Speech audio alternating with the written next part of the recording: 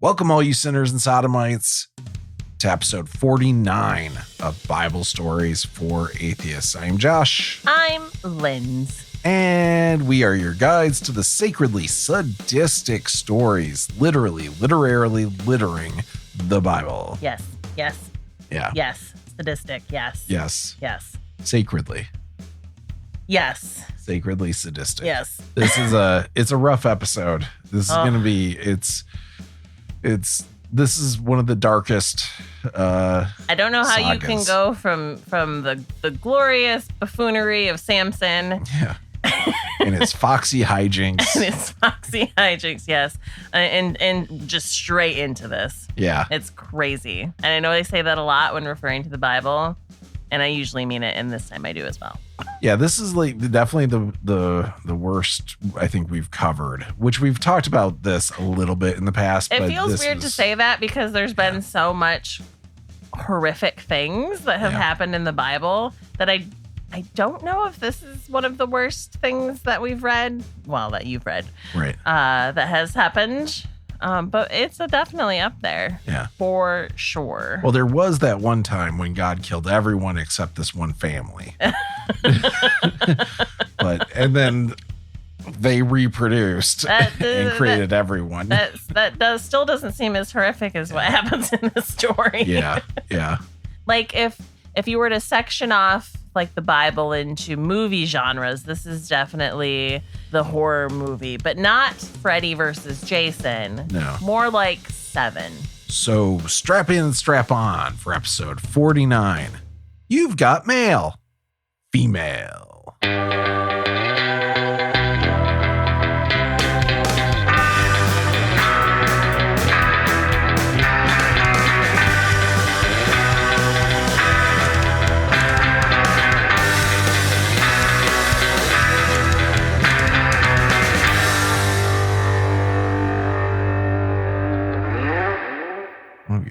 What are we doing today? What are we doing? What are we doing? So previously on BSFA, we talked about Jephthah and his very significant yet unnamed daughter. Yep. And we talked about Samson. Yes. And his 7 deadly locks. No. And his 2 significant yet unnamed love interests, and also Delilah. Yeah. Lots of unnamed significant women in the Bible. Yep. Yet again. Seems to keep coming up over and over. Now on to the thrilling conclusion of the Book of Judges.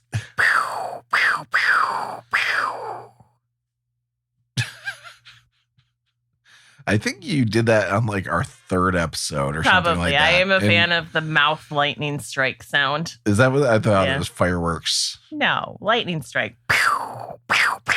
Oh, okay. Can't you hear it?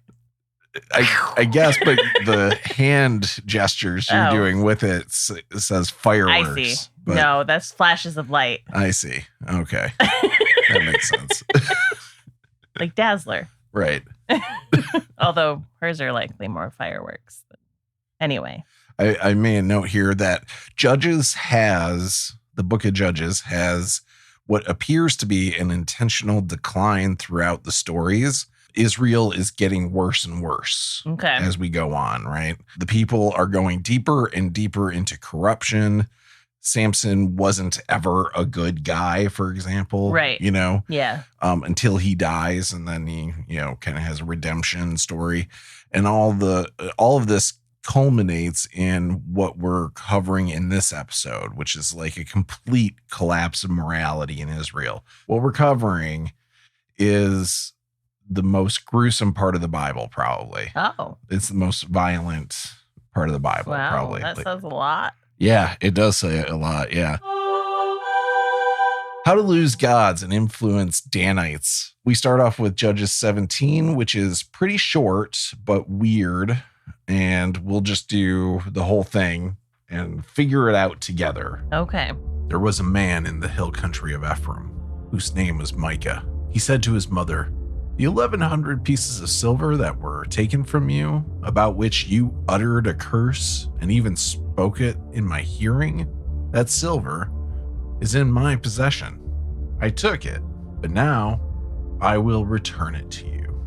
And his mother said, "May my son be blessed by the Lord." And then he returned the 1,100 pieces of silver to his mother, and his mother said, "I consecrate the silver to the Lord from my hand for my son, to make an idol of cast metal." So when he returned the money to his mother took 200 pieces of silver and gave it to the silversmith, who made it into an idol of cast metal, and it was in the house of Micah. This man, Micah, had a shrine, and he made an ephod and a teraphim, and installed one of his sons, who became his priest. In those days, there was no king in Israel. All the people did what was right in their own eyes. Now, there was a young man of Bethlehem. He was a Levite residing there. This man left the town of Bethlehem to live wherever he could find a place. He came to the house of Micah in the hill country of Ephraim to carry on his work. Then Micah said to him, "Stay with me, and be to me a father and a priest, and I will give to you 10 pieces of silver a year, a set of clothes, and your living." The Levite agreed to stay with the man, and the young man became to him like one of his sons. So Micah installed the Levite, and the young man became his priest, and was in the house of Micah. Then Micah said, "Now I know that the Lord will prosper me, because the Levite has become my priest." Weird little intro to this. So he stole the money from his mom. Yep. Did I hear that right? There was like a trial? No. So she was like grateful. No, I know, but when Yeah. he said, so I'm sorry, at the very That's good. beginning, he says something. Oh, spoke it in my hearing. That Yeah. might be what. Yeah, my hearing. Like I read that as where he could hear it. Oh, I took it to mean like his criminal like hearing. a trial. Right. No, I don't think so. Okay, that does change it in my mind a little bit. Yeah. Like he was able to hear that she cursed about So like losing it. Connor's downstairs and I'm upstairs and Yeah. I go through my purse and I realize I'm missing $100. I'm like, fucking Connor, Yeah. you stole the $100 from me. And he heard me and he was like, "I did. Here you go. Yeah. Sorry, you're- Mom." And then I'm like, "Oh, you're the best child on the world. In I fact- love you so much. I'm going to make an idol to you." And use $20 of this to do Yes. it. Yeah. Wow. That's Yeah. a smother. That's a smother. Yeah. Yep. And then there's this weird thing where he installs his own son as the priest of the household. It sounds like he starts his own little religion Yeah. based around the idol that was made. So now he has a shrine. Yeah. And then he turns that into a religion. Then he puts his son in place as the priest. The religious head of the household. Until this old Levite guy from Bethlehem comes along. And then he's like, "Okay, now this guy." Yeah. A young Levite. Is he young? He's young. Yeah. There's a young man from Bethlehem. He was a Levite. Yeah. Oh, but he says to act. As a father and a priest. Yeah, I know. And I think it's meant like how we call a priest father. Yeah, but then he says You he know. becomes like a son to him. Yeah. So, but an actual father Micah becomes a son to the guy. no becomes the Levite priest becomes like a son to Micah. Oh, I also heard that backwards. Yeah. But that's how it's supposed to be, is that the priest becomes like a son to him, even though it's totally confusing, but it helps when you're actually reading it. Sure. To see how it's laid out. But yeah, it's he wants him to be a father and a priest, and that term's going to come up again in the story. Okay. But then he becomes the priest kid becomes like a son to Micah. Is the idea. And apparently a lot of this seems to be all about demonstrating a lack of adherence to Mosaic law. So like, Micah steals his mom's money. Right. She makes an idol, which not supposed to do that. Yep. The idol was made of cast metal, which you're not supposed to do that. Micah makes his son the priest of the household, despite him not being a Levite, which are the only people who are supposed to be allowed to be priests. And also, like, as a father, you're supposed to be the religious head of the household. Not the child. Right. Yeah. The story highlights the religious and moral chaos of the time. It demonstrates the way in which people were creating their own religious practices contrary to the laws of Moses and were seeking personal gain and comfort rather than seeking to serve God. Oh, no. Yeah. How dare they? I know. What would they think about today? Right. Turns out you can just decide there is no God. Right. It seems like the times you're describing feels very current. There's been no judge. Where's the judges? Right. How come there's been no new judge? I think maybe people fancy themselves judges, though, don't they? Well, there certainly are folks who do. Yeah. And then the only other thing I was going to point out is they mention a teraphim. We don't know exactly what the meaning of that word is, but likely it's some kind of household god or idol. Oh. Yeah. No one's broken down like the etymology. Yeah. It's just kind of an unknown thing, like what exactly they meant when they talked about teraphims. Is that all? Is that where Micah's story ends, or nope. There's more chapters? It goes on a little bit. Okay. He definitely doesn't have an epic story, though. It's hard to have an epic story after Samson. Yeah. It really was the denouement of the book. Yeah. The person we're actually paying more attention to, even though Micah is talked about by name, is the Levite priest. He's the unnamed Levite. He's the one that's going to be a little bit more significant. Who wrote these stories? Why? Why do characters not get named? Why do significant We characters... actually do end up finding out his name, but we don't find it out now, which is an interesting thing because it's weird. Yeah. His name is weird, or the way we find out? No, it's just weird that we don't. They don't name him right away. Because you're right. Yeah. Why don't significant characters get names? Yeah, it doesn't make any sense. In those days, there was no king in Israel, and in those days, the tribe of the Danites was seeking for itself a territory to live in. For until then, no territory among the tribes of Israel had been allotted to them. So the Danites sent 5 valiant men from the whole number of their clan to spy out the land and to explore it. When they came to the hill country of Ephraim, to the house of Micah, they stayed there. While they were at Micah's house, they recognized the voice of the young Levite. So they went over and asked him, "Who brought you here? What are you doing in this place? What is your business?" He said to them, "Micah did such and such for me, and he hired me, and I have become his priest." Then they said to him, "Inquire of God, that we may know whether the mission we are undertaking will succeed." The priest replied, "Go in peace. The mission you are on is under the eye of the Lord." Basically, these people are looking to stake out the city, to capture it. And they come across Micah and this household while they're on their way there. Okay. And anyway, you recognize the voice? Yeah, I'm guessing it's the accent. Okay, I was like they know who he is, right? I'm guessing that's what they mean. But they recognize that he's from Bethlehem, or he's a Levite or whatever, probably. Yeah, and they're like, "What the fuck are you doing here?" Yeah. Yeah. Micah does it really? It actually says such and such. Yeah. It's weird. Yeah. I didn't look up the Hebrew for it, but yeah, it's kind of this weird thing. Micah did such and such for me. So, I thought I'd stick around. He's like my dad now. Right. Even though I'm a father and a priest to him. Yeah. And his son was also a father and a priest to him. Yeah. But what happened? Nobody knows what happened to his son. His son was the person that I am now, but no, now he's like nobody. Yeah, he's just never gone. Comes up again. He's just gone. Yeah, I'm not gonna say that I killed him, but I'm not gonna say I didn't. Totally could be. So they say the tribe of the Danites were seeking for itself a territory to live in. For until then, no territory among the tribes of Israel had been allotted to them.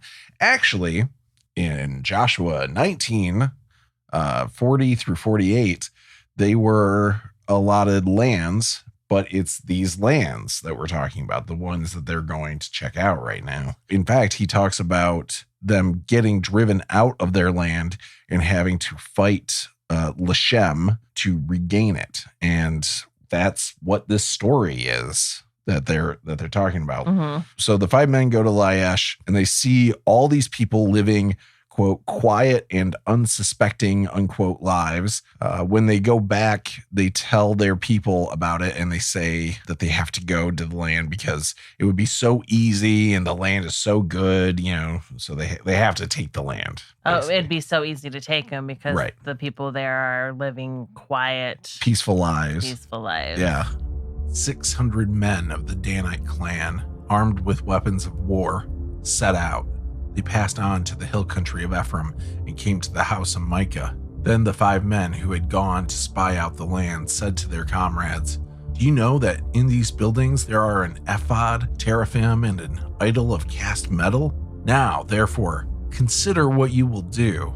So they turned in that direction and came to the house of the young Levite at the home of Micah and greeted him, while the 600 men of the Danites, armed with their weapons of war, stood by the entrance of the gate. 5 men who had gone to spy out the land proceeded to enter and take the idol of cast metal, the ephod, and the teraphim. The priest was standing by at the entrance of the gate with the 600 men armed with weapons of war. When the men went into Micah's house and took the idol of cast metal, the ephod, and the teraphim, the priest said to them, "What are you doing?" They said to him, "Keep quiet. Put your hand over your mouth and come with us, and be to us a father and a priest. Is it better for you to be a priest to the house of one person, or to be a priest to a tribe and clan in Israel?" Then the priest accepted the offer.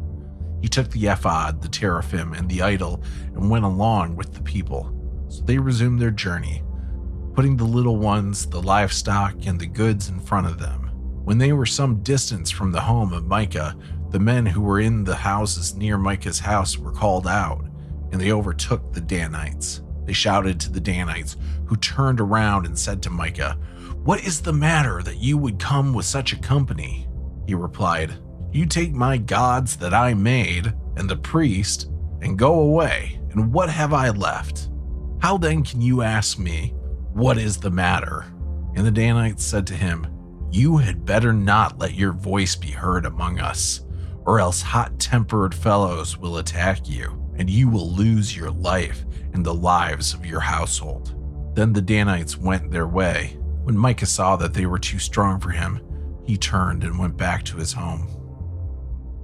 So pretty straightforward. They show up on their way. So like the spies checked out the land, came back to their people, said, "Let's form a raiding party." They go out, they come across the same, Micah's house again. And they're like, "Hey, there's stuff to steal there," basically. Right. And some idols and a boy. Another instance of stealing a boy. Yeah. And he went along willingly. Yeah, he did. Because it's better to be a priest to an entire tribe than to one person. Than to just one household. I mean, that makes sense. Yeah, I get it. So then they kept ambitious. They kept going. Yeah. And they put all the livestock and the little children. I guess. Why are there little children on a raiding party? Yeah, I don't get it either. But also, like if you're traveling in a group like that, just as an FYI to anyone that's planning a raiding party, in the middle, you put them in the middle. You put the strongest at the front and the back. Yeah. You put the weakest in the middle. Right. Maybe that's what they were talking about. Maybe it's the littlest of the soldiers. Maybe the human shields. Yeah, they're the human shields. Yeah. So then Micah, who knows they're coming, right? Because they stopped at his house before. Yeah. He must know that they're coming. Well, I don't know if he knew that they were going to stop there. Okay. But did he roll up with other people or just on his own? I kind of zoned out. Micah? Yeah. Yeah, Micah shows up with a bunch of other people to attack them. Right. Yeah. And they are confused as to why that's happening. I know. Yeah. And probably more than anything confused with like, why are you attacking when you're so outnumbered? You know what this feels like? You know the beginning scene of Romeo and Juliet, but like the Baz Luhrmann version? Oh, where they're biting their thumbs at each other. Yeah. It feels like that. Like they know exactly why they're biting their thumbs at each other. Right. But they feel like they have to say, "Do you bite your thumb at me, sir?" Yeah. It's kind of what it feels like. Like they're all asking them questions everybody knows the answer to already. So the priest, I'm pretty sure, is Jamie Kennedy in this situation. He's definitely not John Leguizamo. No. So, and then Micah's outgunned, so he stands down and lets them go. And then that's the last we hear of Micah. Oh. Yeah. Okay. Like we don't, so. I guess we don't need any more from him once all his stuff has been stolen. Right.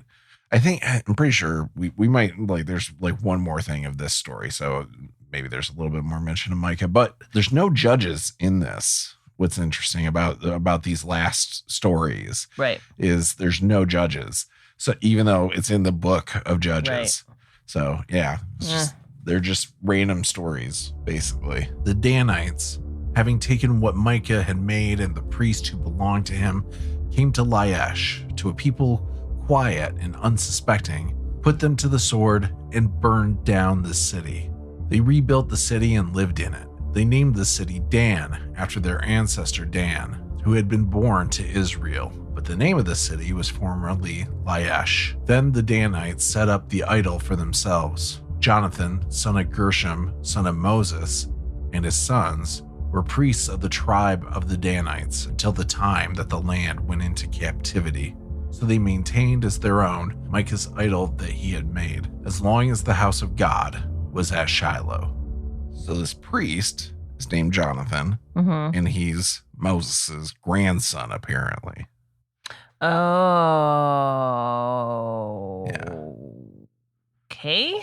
Yeah. There's a very quizzical look on Lindsay's face. I'm trying to remember, because like when they got cursed to not leave the desert, it was like...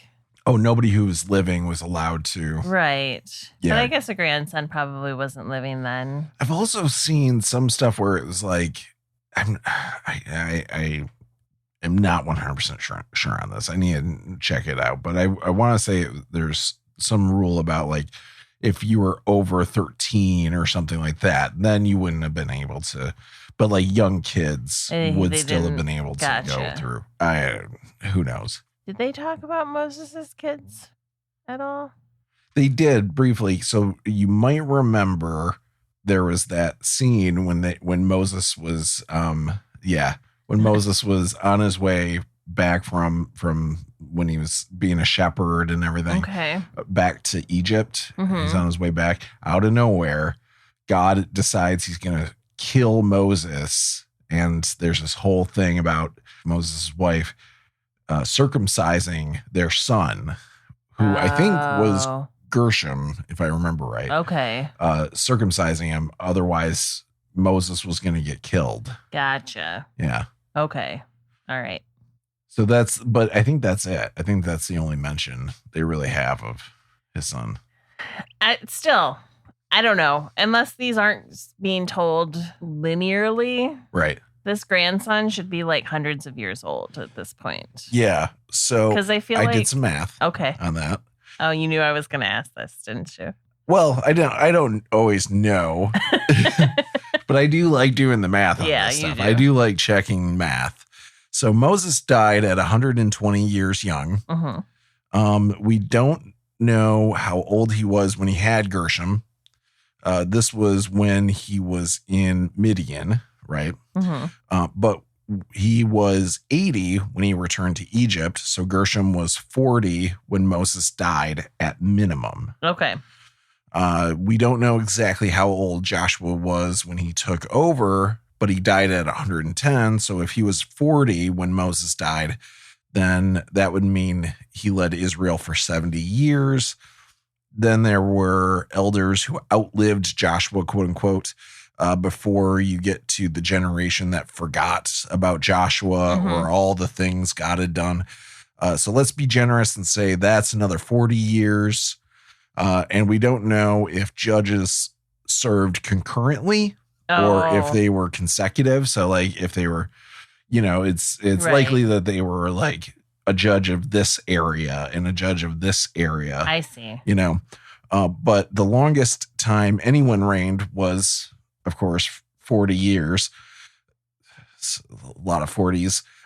So Gershom's minimum age at this point would work out to 40 plus 70 plus 40 plus 40, which would be 190 years. Okay. Keep in mind, he was Moses' first son, and he was born in Exodus 2. So there was a lot of time likely between him getting born and them going back to Egypt. Let's assume he had the kid at the normal time people have kids. Right. Between 30 and 40.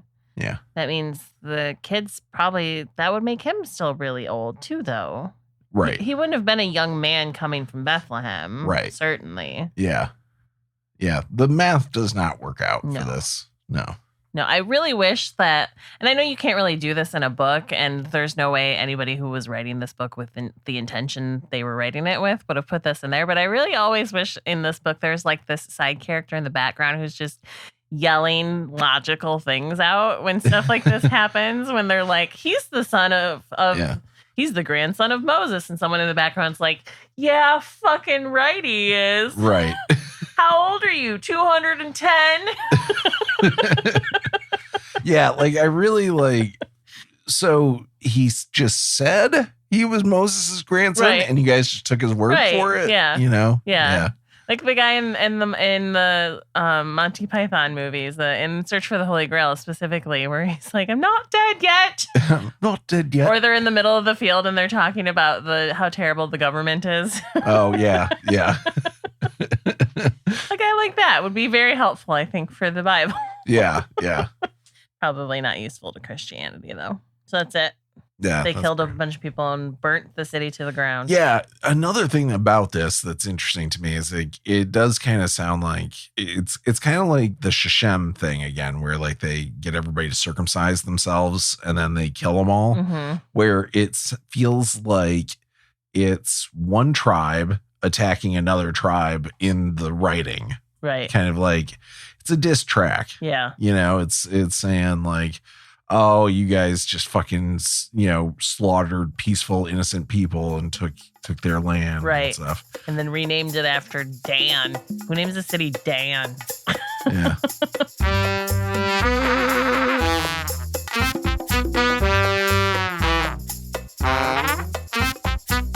We are proud to announce a game-changing change to streaming services. All of you loved the content of Dumby just as much as us, from the tens of shows to the sum of movies it had. And for such an affordable price, only $56 for the latest month. But now, through a series of acquisitions that Wall Street Journal called house cleaning at best, we are pleased to announce a whole new streaming experience called Dumb Plus Max. Dumb Plus Max is a fresh take on streaming for younger viewers. Gone are the geriatric actors that no one cares about, like Kevin Sorbo and Kirk Cameron.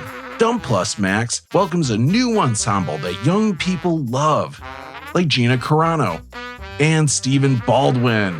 Suck it, Netflix. We got a Baldwin. What are some of your favorite shows on Dumb Plus Max, Linz? I'm obsessed with Gina Carano's time-traveling sci-fi series written by Ben Shapiro. Oppressed Like Me is about a Jewish woman in 1941 Ukraine who was sucked through a time portal to modern-day Hollywood, where she becomes the assistant to Gina Carano's character, Tina Barano, an actress being blacklisted for her conservative ideals.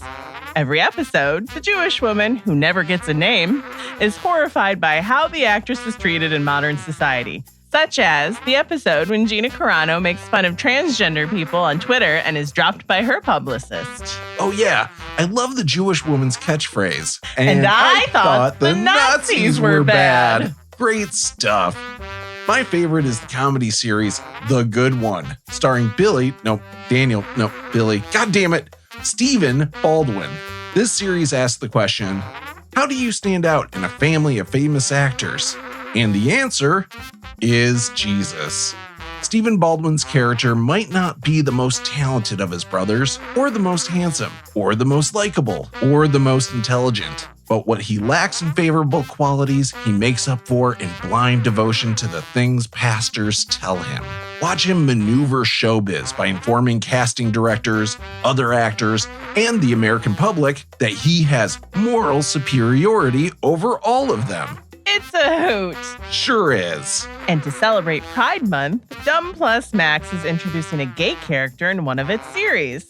We won't tell you which one, and they never actually say he's gay. He's just unmarried and seems to have a vague sense of guilt about him. Another fucking company going woke. Use promo code BSFA at checkout to get 10% more Mandalorian references and oppressed like me. Dumb Plus Max is only available in the continental United States, the only country to keep hiring Woody Allen and Roman Polanski, so why not these dipshits too? A guide to biblical parenting.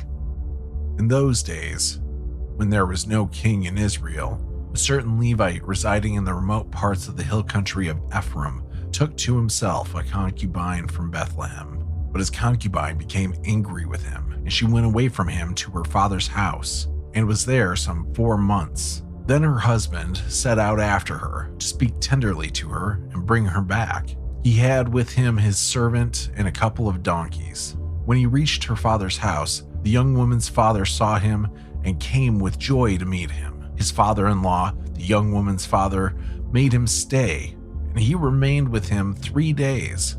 So they ate and drank, and he stayed there. On the 4th day, they got up early in the morning, and he prepared to go. But the young woman's father said to his son-in-law, "Fortify yourself with a bit of food, and after that you may go." So the 2 men sat and ate and drank together. And the young woman's father said to the man, "Why not spend the night and enjoy yourself?" When the man got up to go, his father-in-law kept urging him until he spent the night there again. On the 5th day, he got up early in the morning to leave, and the young woman's father said, "Fortify yourself and linger until the day declines." So the 2 of them ate. When the man with his concubine and his servant got up to leave, his father-in-law, the young woman's father, said to him, "Look, the day is worn on until it is almost evening. Spend the night. See, the day is drawn to a close. Spend the night here and enjoy yourself. Tomorrow you can get up early in the morning for your journey and go home." Weird, very hospitable person, but oh, it seems shady. It's like how a horror movie starts. Yeah. So we don't know this dude's name. No, but it's a certain Levite. And it comes right after the last story, which to me suggests it's Jonathan. Okay. But we don't know for a fact. Do they say that he's well, I guess if he's a Levite, that does that automatically make him a priest? I don't know if like being a Levite meant you definitely were a priest. I just don't know. Or that you could just be one if you wanted to. You could definitely be one if you wanted to. I don't know if it meant you definitely were. I didn't realize concubines also were wives. Yeah, that was an interesting thing I looked up too. And yeah, apparently they kind of conflated the two. I see. Sometimes, yeah. I would imagine there were plenty of wives back then that felt like concubines. Yeah. So the line is probably like just a legal thing. Right. Ultimately. Right. Because then I was like, the concubine got mad at him and left. That doesn't seem like something that happens very often. Right. But for wife too, I imagine that's also not something that happened very often. Right. But then the fact that he came to speak tenderly to her, right? To try and basically woo her back, right. Which is really going to be surprising when you get to the end of this story. But yeah. And then the dad basically, so he stays 3 days, and then the dad just keeps tricking him somehow. Not really tricking, but like plying him with food and alcohol basically to stay longer. There's this whole. It feels like they're fattening him up to put him into an oven to eat him, like funny. In Hansel and Gretel. Yeah, no. It's funny. Like I keep getting the subtext from this of the father loves his daughter and is not happy that she's not happy, and he's trying to just give her as much time as she can to kind of rest and not have to go back or something like that. But but ultimately he's gonna still send her back, I would, after a couple of days, I'd be like, dude, I'm fortified. Yeah, I know. I've eaten so much food. I've gained 10 pounds since I've been here. Right. You know how hard it is to gain 10 pounds in 5 days in this time? Yeah. There's no processed foods. There's no corn syrup. Do you know how idle and hungry you have to be in order for this to happen? Yeah. I gotta walk home. I'm gonna have to just lead my camel. I think my muscles are starting to atrophy. Is this what fortification means? In the future, there's going to be this movie called WALL-E. And in that movie, there's an even further future where people just ride around fat on these little motorized scooters. That's what I feel like. Yeah. It's basically what camels were back then, right? Yeah. But the man would not spend the night. He got up and departed and arrived opposite Jebus, that is, Jerusalem. He had with him a couple of saddled donkeys, and his concubine was with him. When they were near Jebus, the day was far from spent, and the servant said to his master, "Come now, let us turn aside to the city of the Jebusites and spend the night in it." But his master said to him, "We will not turn aside into a city of foreigners who do not belong to the people of Israel, but we will continue on to Gibeah." Then he said to his servant, "Come, let us try to reach one of these places and spend the night at Gibeah or at Ramah." So they passed on and went their way, and the sun went down on them near Gibeah, which belongs to Benjamin. They turned aside there to go on and spend the night at Gibeah. He went in and sat in the open square of the city, but no one took them in to spend the night. Then, at evening, there was an old man coming from his work in the field. The man was from the hill country of Ephraim, and he was residing in Gibeah. The people of the place were Benjaminites. When the old man looked up and saw the wayfarer in the open square of the city, he said, "Where are you going, and where do you come from?" He answered him, "We are passing from Bethlehem to the hill country of Ephraim. Nobody has offered to take me in. We have straw and fodder for our donkeys, with bread and wine for me and the woman and the young man along with us. Your servants need nothing more." The old man said, "Peace be to you. I will care for all your wants. Only do not spend the night in the square." So he brought him into his house and fed the donkeys. They washed their feet and ate and drank. First, they come to a city overrun with foreigners Called Jebus. Yeah, who live in the city, so they're not really foreigners. Right. So they move on to another city. But wait a minute. Can we just pause on the Jebus? On Jebus, Yeah. please? Because my eyes lit up because Yeah. I feel like my whole life when people have been like, I don't know. I don't want to say It comes up a lot. I don't want to Jebus. say mocking Jesus. Yeah. But I feel like, yes, when people will be like saying something snide about Jesus, oftentimes they will say Jebus. Yeah, it's because of this. Oh. Like it comes. I thought it was just like somebody taking Jesus and making it hillbilly. I know. I always remembered there being a person named Jebus, like somebody else named, like somebody was named Jebus, but apparently it was Jerusalem. I see. The city was its former name was Jebus, which makes sense when you realize it's the city of the Jebusites. Yeah, sure. Right. Right. So Okay. that's where that comes It's from. just Yeah. weird. It was just weird to hear because I was like, that's always been a term that I just assumed was fake, like people making fun of other people term. Right. Yeah. They sure do love their Jebus. Yeah. Right? Yeah. Right? So Joshua 10 gives an account of them killing Adonai-Zedek. You remember that? Mm-hmm. The king of the Jebusites in Jerusalem. Judges 1 gives another account of the same story, killing Adonai-Bezek.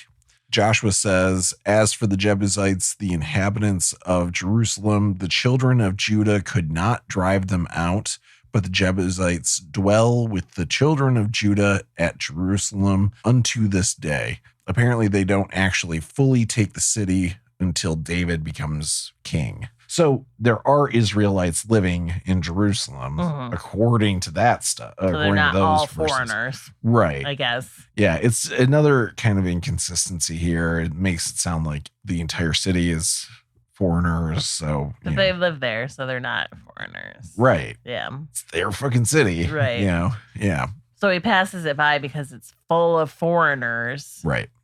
And then goes on to the next town that I guess would be full of locals. Yeah. Gibeah. Friendlies. Yeah. Friendlies to him. But yet nobody Everyone did.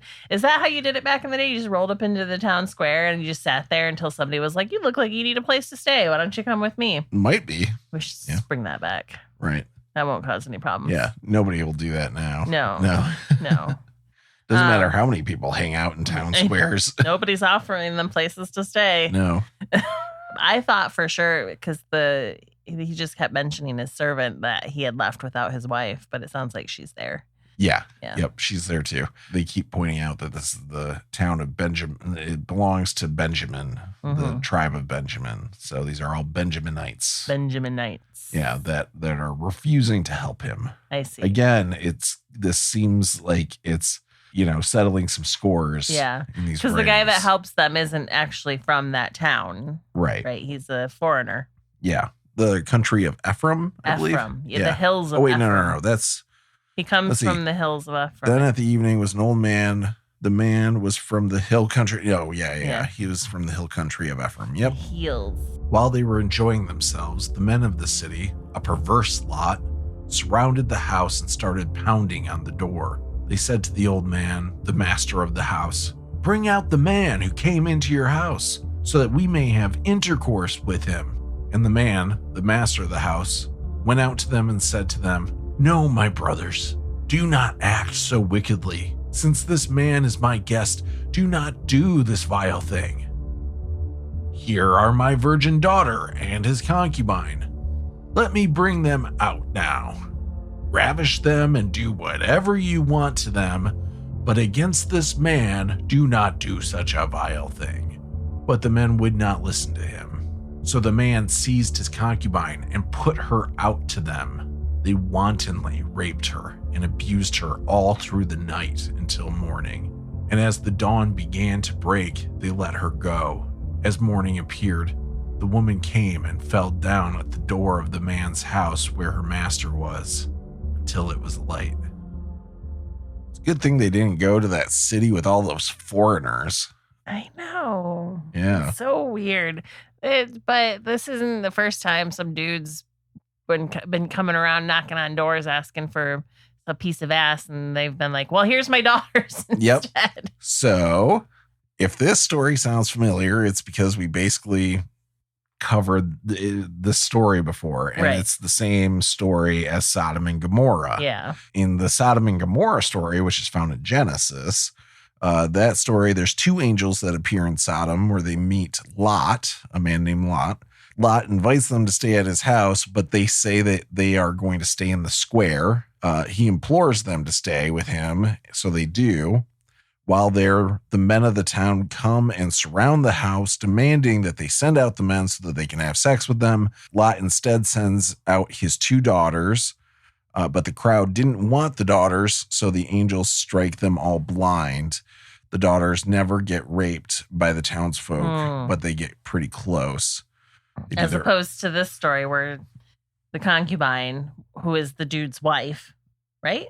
I mean, or is it a different concubine? No, it's the concubine. It's like basically considered a wife, but yeah, it's a concubine. And they just have at her. Yeah, and even though he mentioned sending out his own daughter, the old man, he never seems to, according to this. He just sends out the concubine. Yeah. No, he doesn't send out the concubine.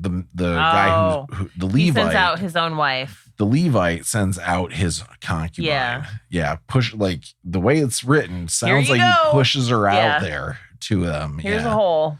Yeah. I know it's not the hole you wanted. She does got one of those though. Right. Yeah. You just pretend. Yeah. Okay. The story is disgusting. Yeah. But it gets worse. But what I want to say is this. Yeah. Like if they wanted to have their way with this dude, like they could have just let him come stay at their house. And then he would have been inside their house already. Yeah. Like the fact that they ignored him all day. That's probably what the man's idea was. And now they're like, all of the men in the town are surrounding the house so that they can fuck the dude in the ass. Yeah. It's like, you had your opportunity and you missed it, guys. Sorry. Right. I don't know what to tell you. You slept on this one. Now he's all mine. Here's a lady. Yeah. Fine. Ugh. Yeah. Terrible. I guess they're just like, hole's a hole. Poor woman should have just stayed with her dad. Yeah, no kidding. Right? He seemed to have a lot of food. Right? You know. There was no She could've crowd of people surrounding the house trying to rape somebody. Yeah, she could have just stayed there, fortified herself. Yes. In the morning, her master got up and opened the doors of the house. And when he went out to go on his way, there was a woman, his concubine, laying at the door of the house with her hands on the threshold. "Get up," he said to her. "We are going." But there was no answer. Then he put her on the donkey, and the man set out for his home. When he had entered his house, he took a knife, and grasping his concubine, he cut her into 12 pieces, limb by limb, and sent her throughout all the territory of Israel. Then he commanded the men whom he sent, saying, "Thus shall you say to all the Israelites, has such a thing ever happened since the day that the Israelites came up from the land of Egypt until this day? Consider it and take counsel and speak out." Remember, conservatives not only want the Bible to be in school libraries, but they actually want this shit taught in school. Yeah. You know, like this is why. Right. Like if they're going to start banning books, then we should ban the Bible, because this is not something that's appropriate for kids. No, she gets raped to death. Yep. Instead of, I don't know, burying her there or something tasteful. Right. Puts her on the back of a donkey, hauls her carcass. Yep. All the way home. Carcass feels like the wrong word. Corpse. That's better. Yeah. Cadaver. I said carcass and I was like, yeah. Doesn't feel right. Yes. And then cuts her into 12 pieces. Mm-hmm. Like a serial killer. Yeah. And sends it across to, I guess, all the tribes, all the different tribes, the 12 tribes, and says, I don't know who. Can you believe that this has happened? Has ever a thing happened in the whole time that we've been here? And my answer to that is kind of like, well, yeah, kind of. Yeah. It actually has. Yeah. You're not, this isn't. All right. Yeah. Say that to the people of fucking. You can't. We killed them all. And yeah. Say that to the people who lived in. Oh wait, Jericho. They're all dead too. Right. Yeah. And all of those other people we killed, and people's heads we took off. Yeah. And other body parts. That one guy that they killed him because he had taken something, and they like killed his kids with him. Yeah. They burned his kids with him. Yeah. Yeah.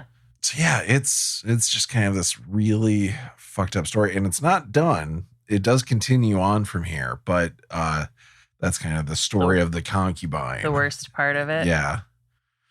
Kind of. It's why, like, other than exactly what you're saying, which is like to create the idea that these people are terrible. Yeah. Why include this? Right. It doesn't seem to have any value outside of that. Yeah.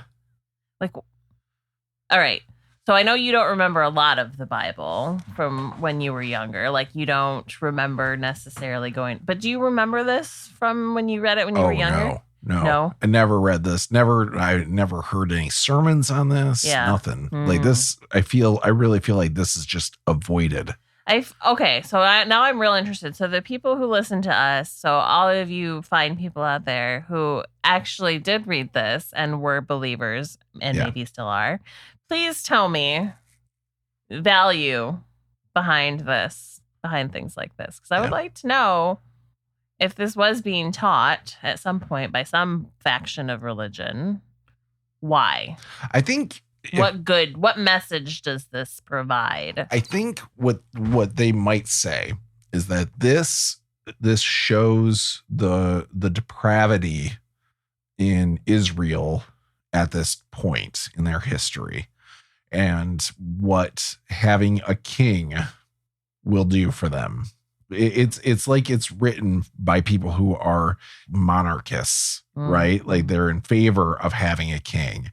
Because this is what happens when you don't have a king. You become completely lawless and everything. So folks would probably say like they were godless until they had King Saul, right? And then eventually King David. Okay. Is basically the idea behind it. But But in actuality, in modern times, and anyone who's listening to this lives in modern times. Yeah. Is that still the lesson being taught?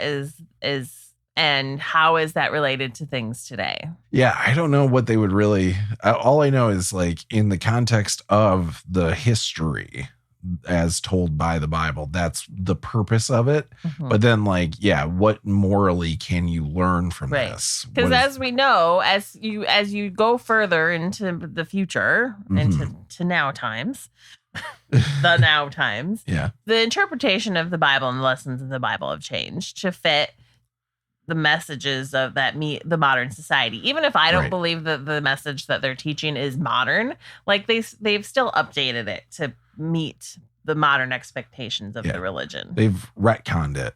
Yeah, pretty much. Yeah. And I mean, you have to, right? Yeah. You can't keep telling the reason of a story is the reason that it was for 500, 600, 800, 1,000 years ago.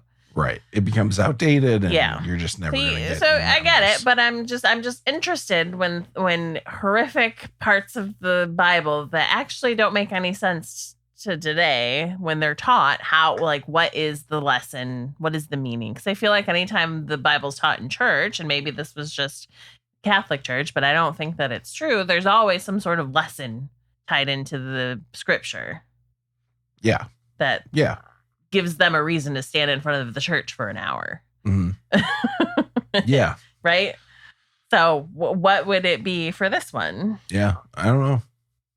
It would be interesting. Yeah. You should definitely reach out, go to bsfa.cc and fill out the contact form, and you can let us know. Yep. Or hit us up on Reddit. Yes. r/Bible Atheists. Can we get another flood? So the armies of Israel all assemble to fight against the Benjaminites for this crime that they committed. Yes, the rape to death. Yeah, so this is like a civil war, really, when you think about it. So it's like all the other tribes, besides the tribe of Benjamin, are all gathering to fight them. Apparently, the men who attacked the woman were leaders of the city, which is controlled by the tribe of Benjamin. The tribes of Israel sent men throughout all the tribe of Benjamin, saying, "Hand over those scoundrels in Gibeah, so that we may put them to death and purge the evil from Israel." But the Benjaminites would not listen to their kinfolk, the Israelites. The Benjaminites came together out of the towns to Gibeah to go out to battle against the Israelites. On that day, the Benjaminites mustered 26,000 armed men from their towns, besides the inhabitants of Gibeah, who mustered 700 picked men. Of all this force, there were 700 picked men who were left-handed. Every one could sling a stone at a hare and not miss. And the Israelites, apart from Benjamin, mustered 400,000 armed men, all of them warriors. Just an interesting thing to me here is that they call out the left-handedness of these 700. It reminded me. It's like saying, even though they have this deformity, they're still really good at what they do. Yeah. Yeah. Not that I don't think being left-handed is a deformity, but clearly the Bible does. I don't think it's a deformity, but one thing though that this reminded me though was Ehud, who stabbed the fat guy. Oh yes, right? Fat stabber. Yeah, he was a Benjaminite and he was left-handed. Interesting. Which makes me think that maybe left-handedness, maybe it's definitely a lot of inbreeding, right? But it makes me think that Benjaminites just ran in their genetics or something, but just an interesting makes thing. Sense. Yeah. Huh. So they're mustering up massive forces, but Benjamin people are definitely outnumbered. Yeah. Which makes sense. It's one tribe against 11 others. Yeah. Or 12 others. 11. Yeah. Technically, it's 12 because Manasseh and Ephraim are sub-tribes of the tribe of, Joseph. He sent the pieces to 12 directions, so I assume it wasn't to the Benjaminites. It must not have been, in theory. But the Israelites proceeded to go up to Bethel, where they inquired of God, "Which of us shall go up first to battle against the Benjaminites?" And the Lord answered, Judah shall go up first. Then the Israelites got up in the morning and encamped against Gibeah. The Israelites went out to battle against Benjamin, and the Israelites drew up the battle line against them at Gibeah. Benjaminites came out of Gibeah and struck down on that day 22,000 of the Israelites. The Israelites went up and wept before the Lord until the evening, and they inquired of the Lord, "Shall we again draw near the battle against our kinsfolk, the Benjaminites?" And the Lord said, "Go up against them." The Israelites strengthened themselves and again formed the battle line in the same place that they had formed it on the first day. So the Israelites advanced against the Benjaminites the second day. Benjamin moved out against them and struck down 18,000 of the Israelites, all of them armed men. Then all the Israelites, the whole army, went back to Bethel and wept. Sitting there before the Lord, they fasted that day until evening. Then they offered burnt offerings and sacrifices of well-being before the Lord. And the Israelites inquired of the Lord, for the ark of the covenant of God was there in those days, and Phinehas, son of Eleazar, the son of Aaron, ministered before it in those days, saying, "Shall we go out once more to battle against our kinsfolk the Benjaminites, or shall we desist?"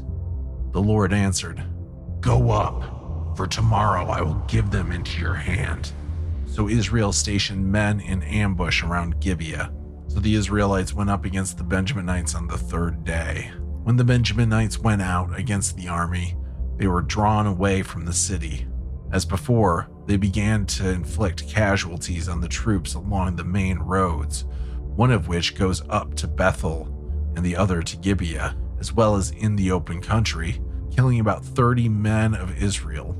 The Benjaminites thought, "They are being routed before us as previously." But the Israelites said, "Let us retreat and draw them away from the city towards the roads." The main body of the Israelites drew back its battle line, while the Israelites who were in the ambush rushed out of their place. There came against Gibeah 10,000 picked men out of all Israel, and the battle was fierce. But the Benjaminites did not realize that disaster was close upon them. The Lord defeated Benjamin before Israel, and the Israelites struck down 25,100 men of Benjamin that day, all of them armed. And the Benjaminites saw that they were defeated. So that was a long one, but All of them armed. yeah, All of them left-handed. yeah. The How come they can draw lines between the left-handedness of the Benjaminites, but they have a hard time with math?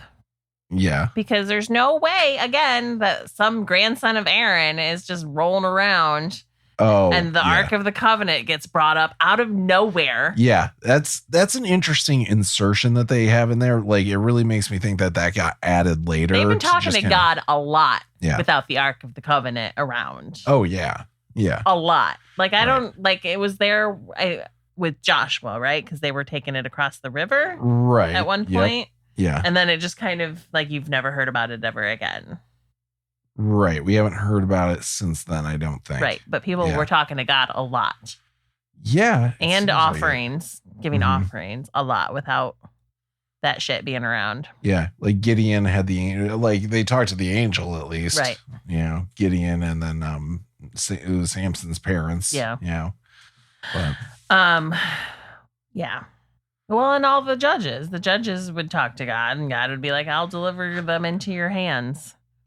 I'm trying to think of Gideon was talking to the angel but I don't think Deborah ever talked to God in any I feel like way. there was a lot of like, God will deliver, blah blah blah, Yeah, bullshit might have going been. on. So the Benjaminites, how big was their initial? It was like 20,000. Like so this basically wiped them out. Because he killed 25,100.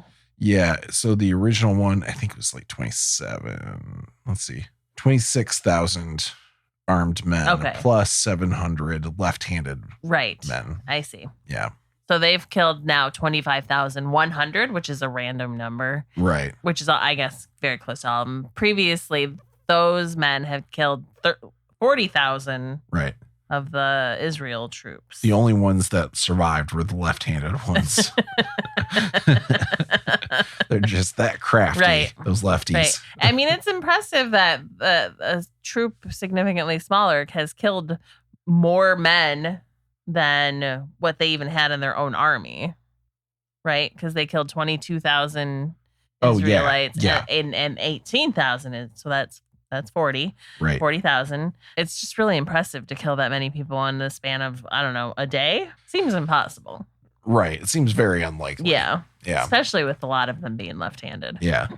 I really like what's weird about this whole thing too is like they keep coming to God and being like, you know, are we going to be successful? And God's like, you will defeat them, blah blah blah, and then they don't, and then they go back and they're say like, it what the again. fuck? And God's like, you'll defeat them, and they're like, all right, and then they don't, and they're like, no, really, this time you'll defeat them. Yes. Okay. But it's like, well, why it's didn't they? Because you gave me food. Nom nom nom nom Yeah. nom nom nom nom. Bird offering. Yeah, just give it, like, just let them win the first time. Yeah. Like, what is the point of all this? I know. It doesn't make sense. Yeah. It just really doesn't make sense. Well, it's like you just really want a ton of people to die, don't you, God? And he said the tribe of Judah, Yeah. Judah would go first. So is that just all Israelites or the tribe of Judah? No, Okay. Judah is a tribe. So of is Israel. that all who died was just the tribe of Judah, or did they I guess I got confused when he said the tribe of Judah, and then he just kept talking about Israel. He kept talking like God's telling the story. Yeah. They kept talking about the Israelites going and dying, and I'm like, but are these all from the tribe of Judah? Tribe of Judah? They or don't really say. It doesn't really specify. Or are they that just going stuff. in waves? So like Yeah. all of the tribe of Judah's dead. They were now. the little ones. Now the next one's going. Yeah. Yeah, the tribe of Judah was the little ones that went, they were Operation Human Shield. Yeah. So anyway, after they defeat the Benjaminites, the Israelites meet and vow to never give their daughters as wives to the tribe of Benjamin. But within the same paragraph, they start feeling bad for the tribe of Benjamin. They worried that one of the tribes of Israel would go extinct because there's no wives for the men. So they identify a city that didn't come to make that vow that they were going to Not give their wives. right, Yep. not give their daughters as wives. Sorry. Yep. Yeah. They identify a city that didn't make that vow, and they punish that city by destroying all the men, married women, and children.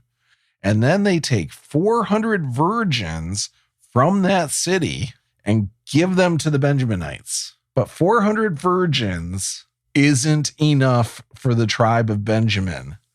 So the rest of Israel needed another solution. And they realized that the yearly festival of the Lord was starting in Shiloh. They instructed the Benjaminites, saying, "Go, lie in wait in the vineyards and watch. When the young women of Shiloh come out to dance in the dances, then come out of the vineyards, and each of you carry off a wife for himself from the young women of Shiloh, and go to the land of Benjamin. Then, if their fathers or their brothers come out to complain to us, we will say to them, 'Be generous and allow us to have them, because we did not capture in battle a wife for each man, but neither did you incur guilt by giving your daughters to them.' The Benjaminites did so. They took wives for each of them from the dancers whom they abducted.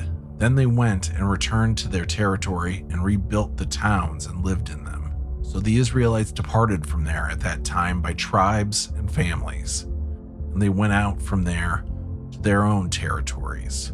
In those days, there was no king in Israel. All the people did what was right in their own eyes."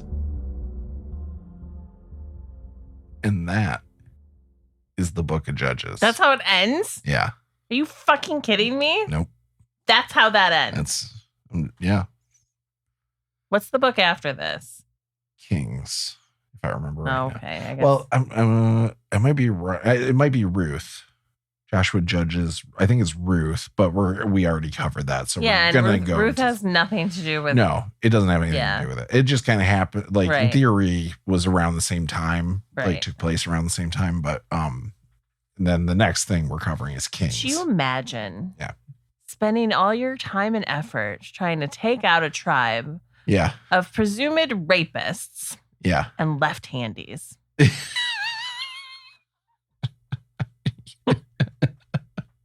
Yeah. And then feeling bad enough that you murder an entire town and take their virgins and give them to them. Right. And then that's not enough. So you come up with a new solution for more. In which they kidnap women and then tell the dads, just let us have them. It'll be fine. Right. I'm sorry, but you lost your rights to a wife when you were born left-handed. Yeah. So I made some notes here. When you decided that you wanted to rape a stranger in your city. Yeah. I made some notes just to reiterate. The Israelites go to war with the Benjaminites because they raped and killed a woman. The Israelites defeat the Benjaminites and make a vow to never give daughters to them. They immediately start to regret that vow. Turns out that there's a town that didn't make that vow, so they could potentially give their daughters as wives to the Benjaminites. But instead, the Israelites kill all of them for some reason. Instead of just having them give the daughters, they kill all of them except for the 400 virgins, and then they give them to the Benjamins to be raped. And the Benjaminites then have the shriveled testes say that's not enough. So the Israelites give them other daughters to be kidnapped and raped by the Benjaminites, all because they raped and killed a woman. Right. One woman. Yeah. So I'm pretty sure we're not getting the full story. What was going on here. Like, I get it. The whole point is to say, like, they were doing what was right for them and that was in service of the Lord, right? Yeah. Even though the Lord had their back and clearly was cool with wiping out the tribe of Benjamin. I think God was like, yeah, this one got away from me. Let's take care of this. Right. It's happened before. We took care of it then. We're going to take care of it now. Yeah. But they weren't listening to God because they were doing what was right for them. So then they were getting this ancestral guilt that they didn't want to wipe out one of the original tribes. Right. Even though clearly something has gone crazy in their breeding. Right. And turned them into the people that they were. Lefties. Just to be clear for all you lefties who are listening to this, this is all in good fun. Yeah. We all know you're mutants, but that's fine. I love mutants. Some of my best friends are lefties. It's just to point out, it's very weird that was even that's a thing. That it keeps coming up. Yeah. And let's not forget that the Bible is pro-woman. So, just keep this in mind whenever somebody tells you that. Right. Yeah. Then you could be like, oh, what about the unnamed concubine that gets killed, raped to death, and then cut into 12 pieces and starts a whole war, which ends in them killing a whole city to give the 400 virgins away to the tribe they were trying to kill. Do you see how it sounds? Yeah. None of it makes any sense. You see how it sounds when you just try to describe it to people out loud? It's insanity. Yeah. So granted, this is supposed to be a story about how fucked up Israel is during this time period. But there's no intervention by God to help any of these women. No. There's no mention from God that what is being done to these women is wrong. God is as silent as an imaginary friend throughout all of this. Yeah. No, none of the guys are going to God to say, what should we do about these women? Right. Because they're the ones perpetrating the crimes against the women. I'm pretty sure God could just make himself known. Abraham didn't go to God and be like, should I kill my son? Right. But God came to him. Let's play with this a little bit, right? Yeah. Since you brought this up. Perhaps we're not getting the side of the story obviously we're not getting the side of the story of the women, right? Oh, right. Maybe the women are talking to God. We don't know if he's answering them or not. We have no idea because we don't get. They're women. I mean, you think he's talking to women? He's talked to women before through angels. Yeah. He won't talk to them directly, No. but he doesn't want to be accused of impropriety. He gets one pregnant later. Yeah, I know. One time he meets with a woman directly and boom, pregnant. He was like, I learned from that Zeus guy. I know what I'm not supposed to be doing. Yeah. I don't need bastard children running all over the place. He's like Mike Pence, won't be alone in a room with a woman. Mother won't like it. Mother won't like it, no. Yes, God is silent, but because we're not getting the side of the story that maybe he was talking to, I don't think there is another side of the story, because I don't think that the story is real. Yeah. I mean, I wouldn't be surprised if there's some warfare might be real. Warfare might be real. Yeah, Yes. there's probably elements. And I wouldn't be surprised if some of this shit, as far Actually as like happened. the women, Right. giving these women Yes. to the tribe of Benjamin, like some of that stuff might be. Historically, Yeah. women have not been treated good No, they were treated like cattle. to and, this date. like resource. Yeah. Right. To Yeah. this to today. Yeah. To today. It has not gone away. And they're still like that to this To day. this very day. But anyway, it makes sense that God wouldn't have been hopping around giving his ideas about things. Right. I guess. And It doesn't. just in the way they're trying to portray things in Yeah. the story. You know what I mean? Right. Like they're trying to say that like when they turned to God, God was there for them. But the Yeah. problem was What they were asking was, they kept turning away from God. oh, yeah. Yeah. He was only there when they needed him conveniently. Right. Otherwise, they were ignoring what was going on. Right. And I do kind of, there's a reason why I called this part, Can We Get Another Flood? It's because I keep coming back to this. What the fuck was the point of the flood when humans are this depraved later on? Yeah. Like, why did he do a flood at all? Like, it obviously didn't work. Well, why raise Sodom and Gomorrah Yeah. to the ground? It's not like that was the only place that was like a den of sin. Right. Clearly, they turned a whole lady to salt because she turned around and looked at it. Yeah. Yeah. Yeah. Where is this in your book of Bible stories? Oh, the Jehovah's Witness children's yeah. book. I don't think that. I think this might have been too fucked up even for that. Yeah. For that children's book. Yeah. I bet. Yeah, there's they, a reason they have why Sodom and Gomorrah in there, which is obviously very similar to this, Right. but not. This one. I do feel like there is a reason after hearing this whole book that Samson is the only thing we know. From the Book of Judges. Yeah, like if you're unless you're a person that reads the Bible. Yeah. Like if you just know about things from hearing about them, Samson is the only one you know about. And really the only thing I know about Samson or knew about Samson prior to this whole exploration was the hair thing. Right. I didn't know all of the other bullshit foxes. that went around that went along with him. Yeah. Yes. And it really does feel like it's a collection of stories that got cobbled together. Like For sure. folk stories. Yeah, and they could. You're right, and I didn't even think about it until you said it today. That just because they were told in a certain order in the book doesn't mean they happened in that order. They could have been happening at the same time, Right. and they were just local stories. Yep. Which would explain why some of them were boring and some of them were more exciting. Right. You have some better writers Right. who came up with the initial story. Right. Yeah. It could have just been like those areas of town were more exciting, right? Yeah. Or of the state, country, whatever. Yeah. Like, growing up where I'm from. Yeah. This like if Like in a rural town. Yeah, if we took my two lives, my young life and my adult life, the stories I could tell from living here in the city are way more exciting than any stories I could tell you from living where I grew up. Right. In a small Except for the town. random like, I heard this dude fucked a goat that Right. kind of travels. Which comes up quite a bit. Yeah, travels the gossip sphere every once in a while. I tell you what, I cannot stop thinking about the foxes. Oh, yeah, with Samson, yeah. It's never going to go away from my brain. Yeah. Ever. It is seated in there. And now anytime anyone brings up the Bible in a conversation, which doesn't happen with me very frequently, thank God. Yeah, except with me. Yeah, except for this. Yeah. But I'm going to have to be like, but what about the foxes? Yeah. Tell me what you think. Yeah. I know that just seems so much like a Greek myth story. Yeah. Where it's like just some random story that got put together about this character, Right. this common character and everything. Yeah.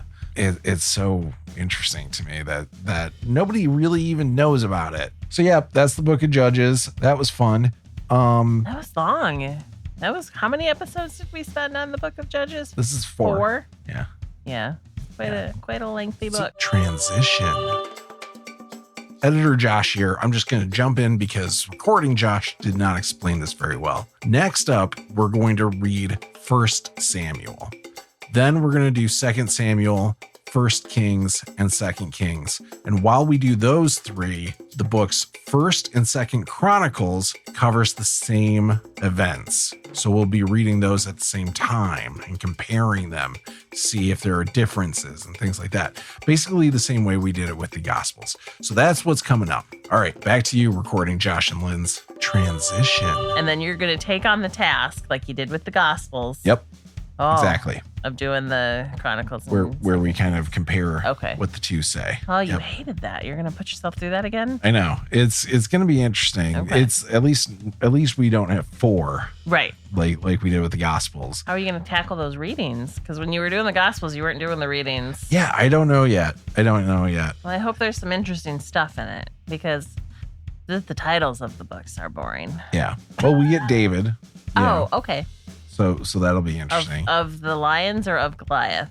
Or Of is the it lions. Is it the same David? Isn't there a David that takes on lions in like a gladiator style sort of scenario? I mean, there's Goliath. David for and sure. Daniel.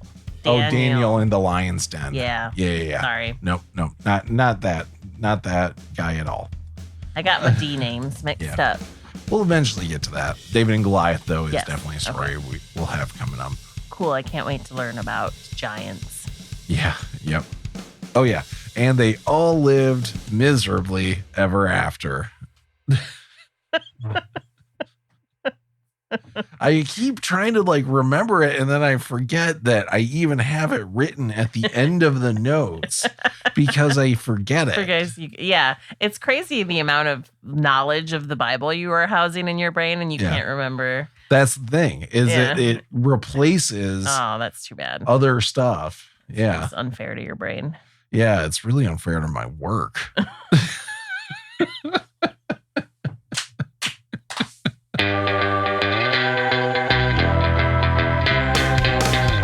Thank you so much for checking out our podcast. Help us share the good news by sending this to a friend or leaving a review to help others find us. And if you want to support us with a donation, you can do that on our website at bsfa.cc.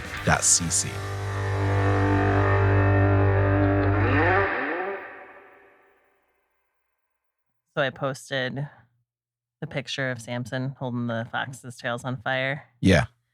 And I wrote, when I say the Bible's crazy, this is what I mean. And then if you know, you know. Our friend Splash Squatch wrote, LOL, I always loved this bit because it was taught to me as evidence of Samson's tactical genius. Like he had outsmarted them. Like, yeah, I guess no one else has thought of doing this, but why the fuck would they?